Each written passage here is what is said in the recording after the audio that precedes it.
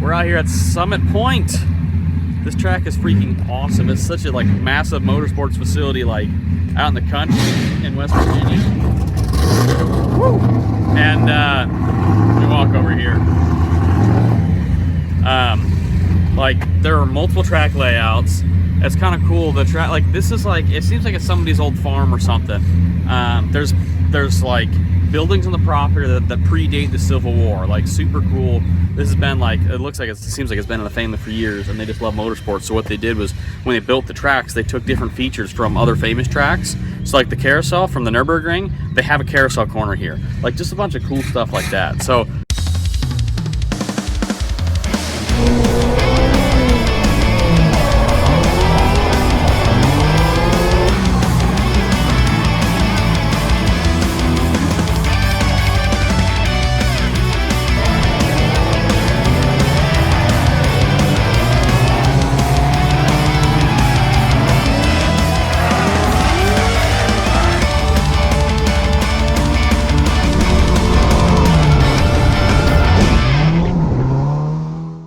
I'm really excited to get on track.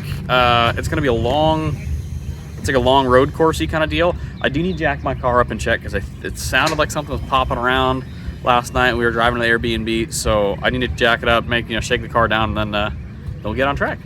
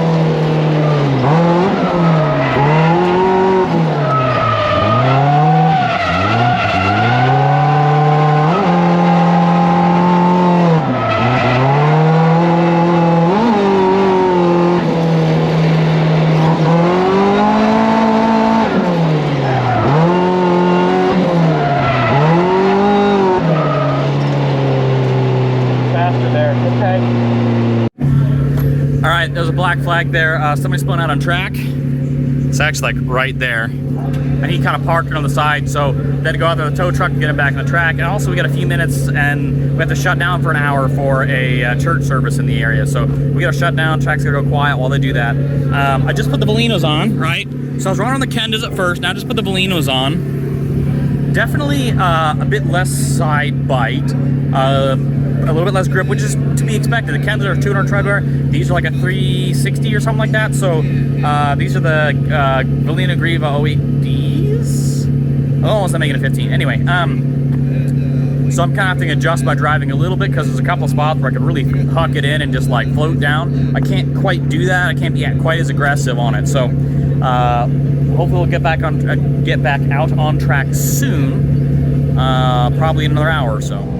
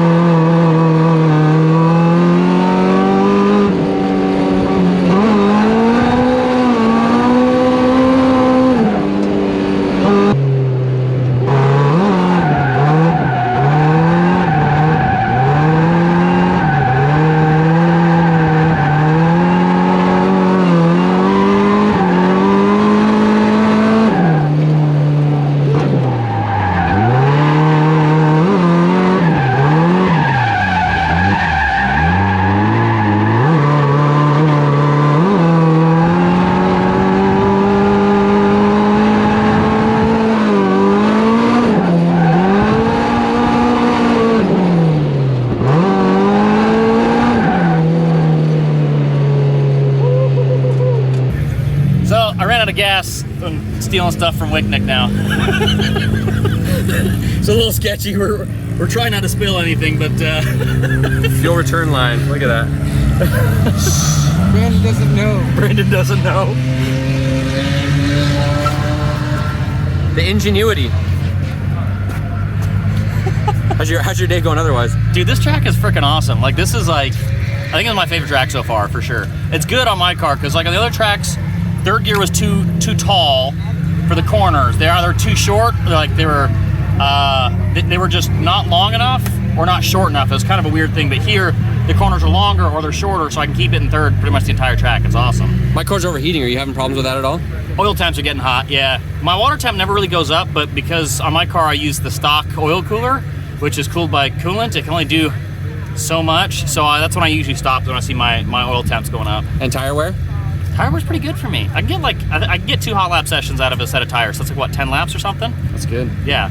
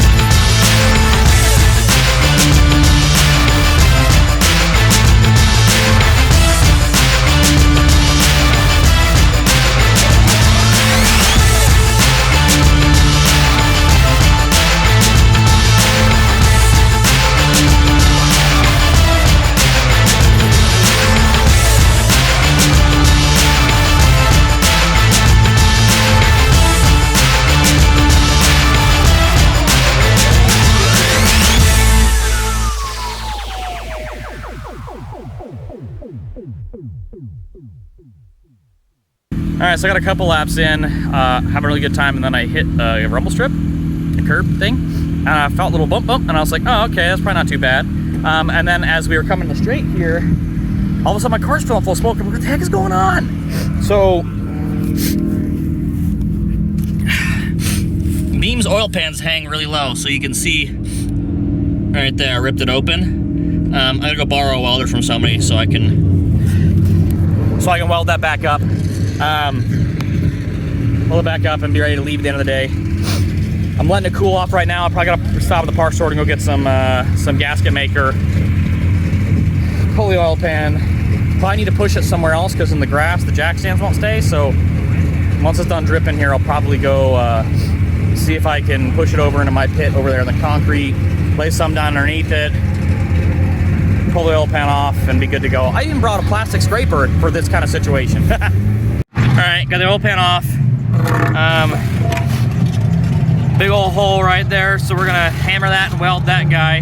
But it's also pushed up here in the middle, which plugs the pickup. So I'm gonna hammer that down a bit, and then we should be good to go. Just gotta weld that, scrape the gasket off, put some new gasket on. This is just flaking off, so. We're getting there. Hole in this concrete is perfect right here, so I can hammer out the spot for the oil pickup. We're just gonna set it right over that hole. There we go, now hammer it. Ouch.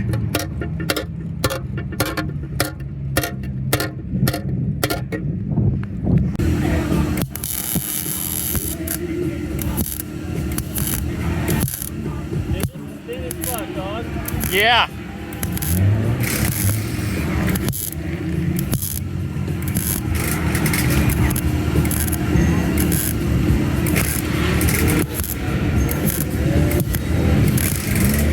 Just normal Drift Week things in the bathroom with my car parts.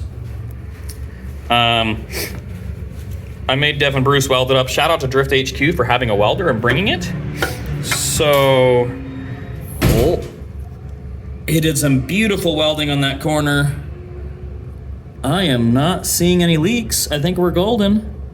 We're still waiting for the gasket to set, so we are toe strapping the Corolla over to the next place because we can't stay where we're at. Right now we are at Shenandoah and we have to go over to another track, Jefferson or something. All right, so we're waiting for the gasket to set on my car because supposedly it takes 24 hours to cure. I'm gonna give it like 3 hours. But we're gonna check out this sweet Cressida because I love Cressidas. Roof rack, cool wheels. You did the actual spraying, I did everything else. Yeah. Pop that hood, bro. Hasn't had a wipe down since the start of Drift Week. It looks good. In its all natural form. And these are the stock twins, right? Single turbo. Single turbo. Oh, okay. Yep. I rebuilt it with, they sell like steel rebuild kits just to make it a little more reliable. Oh, because they're what? Were they like ceramic or something? Ceramic. Yeah, okay, so it's steel insert instead of the ceramic ones. I only run 18 pounds, but I'm on 14 for this trip. That's probably smart. Yeah, I've ran on 18 for like 3 years, never had any problems. You decided, like, you're probably turn it down. I have absolutely no idea. It's still on the stock computer. So That's probably why it's doing it. Yeah, that's why I don't change it. Yeah. If I wanted any more than that, it wouldn't work. But I'm really content with the amount of time it's taking. I want to actually be able to drive the car and Got his sweet thrash halo seat. Is this one of the carbon fiber ones too? Oh no, okay.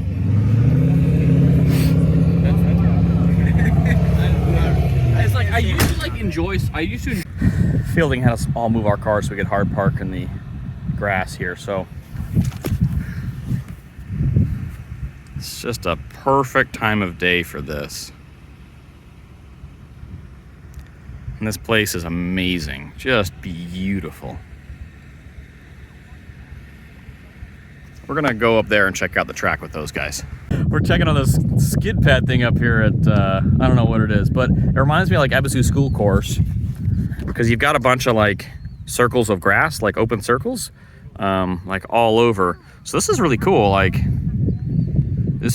we were like way over there at the other track, and this is all in Summit Point. So they have like multiple stuff. This is like skid pad stuff. Then there's like another track like right there, and then we were like way over there. This is probably the closest thing to like Ebisu in the USA, I think.